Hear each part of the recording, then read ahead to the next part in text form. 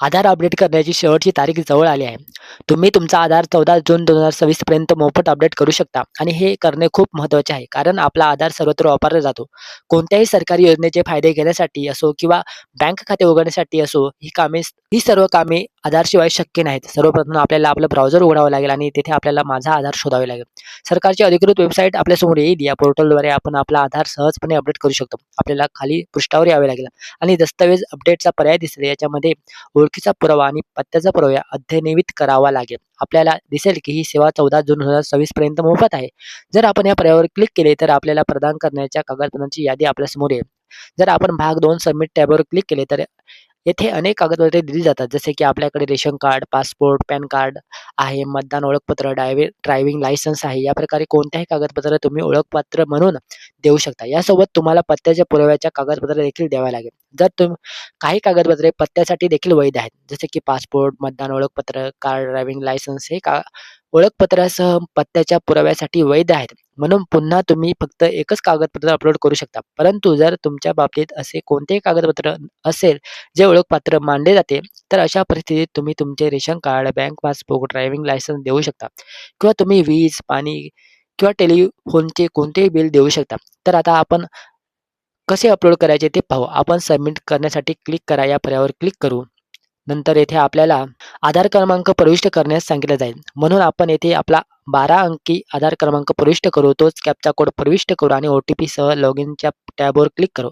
नंतर पडताळणीसाठी आपल्या फोनवर एक ओ-टी-पी येईल. तो आपल्या आधार लिंक केलेल्या मोबाईल नंबरवरती येईल. जर एखाद्याचा मोबाईल नंबर लिंक केलेला नसेल आणि जर तुम्हाला घरी बसून तुमचा कागदपत्र अपडेट करायचा असेल, तर सर्वप्रथम तुमच्याकडे तुमचा मोबाईल नंबर अपडेट करण्यासाठी आजच्या तारखेला तुम्ही हे काम घरी बसून सुद्धा करू शकता. आपण लॉगिन टॅबवर क्लिक केले आहे.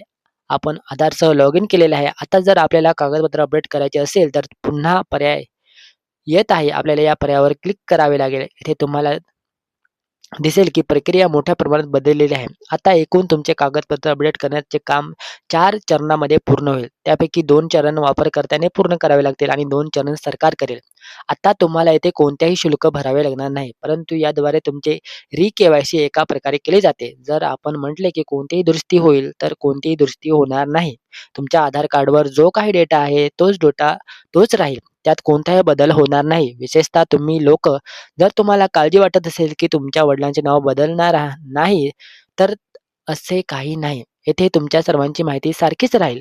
एक प्रकारे तुम्ही कागदपत्र पुन्हा सबमिट करून तुमचा आधार री-के-वाय-सी करत आहात.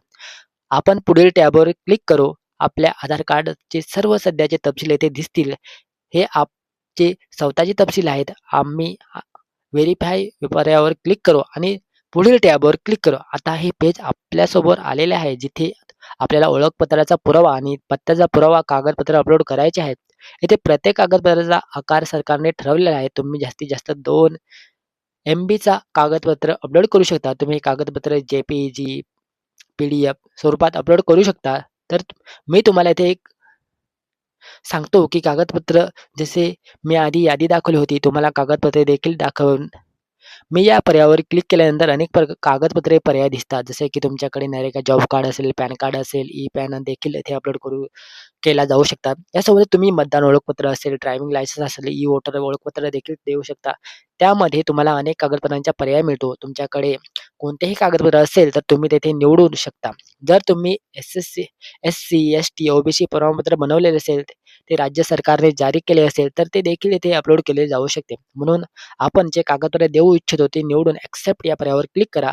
आता इथे आपल्याला सिलेक्ट सपोर्टिंग डॉक्युमेंटच्या टॅबवर क्लिक करावे लागेल. कंटिन्यू टू अपलोड या पर्यायावर क्लिक करावे लागेल. आता जिथे आपल्याला कागदपत्र सेव्ह केले असेल, तिथे आपल्याला त्या ठिकाणी जावे लागेल आणि कागदपत्र निवडावे लागेल. परंतु मी तुम्हाला एक गोष्ट सांगतो, की जेव्हा तुम्ही कागदपत्र अपलोड करता, तेव्हा जर का कागदपत्रांची पुढची बाजू आणि मागची बाजू वेगळी असेल, जसे की मतदार ओळखपत्राच्या बाबतीत किंवा पासपोर्टच्या बाबतीत, तर अर्धी माहिती फक्त एका पानावर असते, ती समोर असते, अर्धी माहिती मागच्या बाजूला असते. म्हणून जर तुम्ही असे कागदपत्र देत असाल, तर दोन्ही बाजू आहेत, तर दोन्ही स्कॅन करा.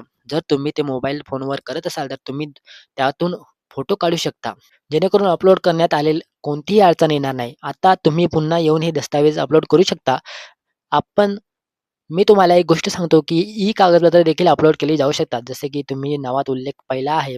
परंतु त्या बाबतीत तुम्हाला एक गोष्ट लक्षात ठेवावी लागेल, की त्यावर कोणताही पासवर्ड नसावा. जर पासवर्ड असेल तर सरकार ती फाईल ॲक्सेस करू शकणार नाही. जर आपण ते निवडले तर ओपन टॅबवर क्लिक करा. तर येथे अशा प्रकारे आपण ओळखीचा पुरावा अपलोड केला आहे. आता पत्त्याच्या पुराव्याची पाळी येते. जर तुम्ही या यादीतील पर्यायावर क्लिक केले तर तुम्ही वीज, पाणी बिल, टेलिफोन बिल इत्यादी सबमिट करू शकता. वर अपलोड केलेले सर्व कागदपत्रे आहेत, जसे की पासपोर्ट, मतदान ओळखपत्र, ड्रायव्हिंग लायसन्स, तर तुम्ही ते पुन्हा येथे देखील देऊ शकता. अशा परिस्थितीत तुम्हाला फक्त एकच कागदपत्र अपलोड करावे लागेल. जर तुमच्याकडे यातील ते कागदपत्र नसेल, तर तुम्ही इतर कोणतेही कागदपत्र अपलोड करू शकता. परंतु जर तुम्ही कोणतेही वीज बिल, पाणी बिल, टेलिफोन बिल देत असाल, तर त्याच्या कालावधी इथे दर्शवलेला आहे, तो 3 महिन्याच्या आत असावा. म्हणून तुम्ही जे काही कागदपत्रे देत आहात, ते तुम्हाला येथे निवडावे लागेल. स्वीकार या पर्यायावर क्लिक करावे लागेल. त्याच प्रकारे आपण कागदपत्र निवडू, ते उघडू आणि इथे कागदपत्र देखील अपलोड केलं आहे. आपण मी येथे या पर्यायावर क्लिक करू आणि येथे आपल्याला पुढच्या टॅबवर क्लिक करावे लागेल. म्हणून इथे पूर्वी जे घडले आहे तसे की शुल्क भरण्यासाठी एक पृष्ठ येत आहे. परंतु आता तुम्हाला कोणतेही शुल्क भरण्याची आवश्यकता नाही. जर तुम्ही 146226 वरून आलात तर तुम्ही तुमचा आधार मोफत अपडेट करू शकता. आपल्याला येथे सबमिट करण्याच्या टॅबवर क्लिक करावे लागेल. आता तुम्ही तुमच्या समोर असलेल्या अर्जाचा संदर्भ क्रमांक इथे तयार झालेला आहे. तुम्हाला दिसेल तुम्हाला हा SRN क्रमांक मिळालेला आहे. याद्वारे तुम्ही कधीही तुमच्या अर्जाची सद्यस्थिती तपासू शकता. तुम्ही केलेलं कागदपत्र अपडेट झालेले आहे की नाही, तथापि तुम्हाला एक पावती देखील मिळते. तुम्ही ती डाउनलोड करू शकता आणि ती तुमच्याकडे सुरक्षित ठेवू शकता. आता तुमच्याकडे यशस्वीरित्या नोंदणीकृत झालेल्या कागदपत्र अपडेट विनंतीची सरकार पडताळणी करेल. तरी जरी तेथे नमूद केलेला जास्तीत जास्त वेळ 30 दिवसाचा आहे, परंतु तुम्हाला दिसेल की अनेक कागदपत्र अपडेट कामे 2 ते 4 दिवसात पूर्ण होतात. आणि तुम्हाला संदेशानुसार सूचना मिळते, की तुमच्या आधारमधील तुमच्या कागदपत्र अपडेट झालेले आहेत. अपडेटनंतर तुमच्या आधारमध्ये कोणतेही बदल झालेले नाही. परंतु जर तुम्हाला त्याची स्थिती जाणून घ्यायची असेल, तुम्ही अपलोड केलेले कागदपत्र सरकारने स्वीकारले आहे की नाही, तर यासाठी तुम्ही होम पेजवर आलात, तर तुम्हाला इथे एक पर्याय मिळेल. इथे तुम्हाला आधी नोंदणीकृत केलेल्या सर्व विनंत्यांची सद्यस्थिती दिसेल. स्थिती काहीही असो, तुम्हाला ती दिसेल. जसे की जर आपण आज कागदपत्र अपडेट करण्याची विनंती नोंदवली आहे. तर ही विनंती पडताळणीच्या टप्प्यात गेली आहे. जेव्हा सरकार यावर कारवाई करेल, तेव्हा त्याची तारीख येईल आणि अपडेट यशस्वी होताच पूर्ण झाल्याचा संदेश येईल. एकदा पूर्ण झाल्याचा संदेश आला, की तुम्ही पुढील 10 वर्षासाठी कोणत्याही समस्येशिवाय तुमचा आधार वापरू शकता. आता तुम्हाला कशाची काळजी करण्याची गरज नाही. तुम्ही तुमच्या आधार कार्डने कुठेही कोणत्याही समस्येशिवाय सहजपणे बँक खाते उघडू शकता किंवा कुठेही के-वाय-सी करू शकता. मला आशा आहे, की मी या व्हिडिओमध्ये सर्व माहिती समाविष्ट करण्याचा प्रयत्न केलेला आहे. तरीही जर तुमच्या सर्वांच्या मनात काही प्रश्न असतील किंवा तुम्हाला इतर कोणत्याही विषयावर व्हिडिओ पाहायचा असेल, तर तुम्हाला तुमचा मोबाईल नंबर अपडेट करायचा असेल किंवा तुमचा ईमेल आयडी बदलायचा असेल, आधार कार्डमध्ये नाव किंवा जन्मतारीख काही सुधारणा करायची असेल, तर तुम्ही ती कशी दुरुस्त करू शकता, मी या सर्व विषयावर आधीच व्हिडिओ बनवलेले आहेत. अलीकडेच मी एक व्हिडिओ बनवला आहे, की जर तुम्हाला तुमच्या वडिलांचे नाव जुनी पोर्टल सिस्टम बंद झाल्यामुळे दुरुस्त करावे लागेल, तर तुमच्या वडिलांचे नाव नवीन पद्धतीने अपडेट करावे लागेल. त्या व्हिडिओच्या लिंक्स तुम्हाला व्हिडिओच्या डिस्क्रिप्शन बॉक्समध्ये मिळतील. आपण अशाच एका नवीन व्हिडिओमध्ये भेटू. तोपर्यंत जय हिंद, जय महाराष्ट्र.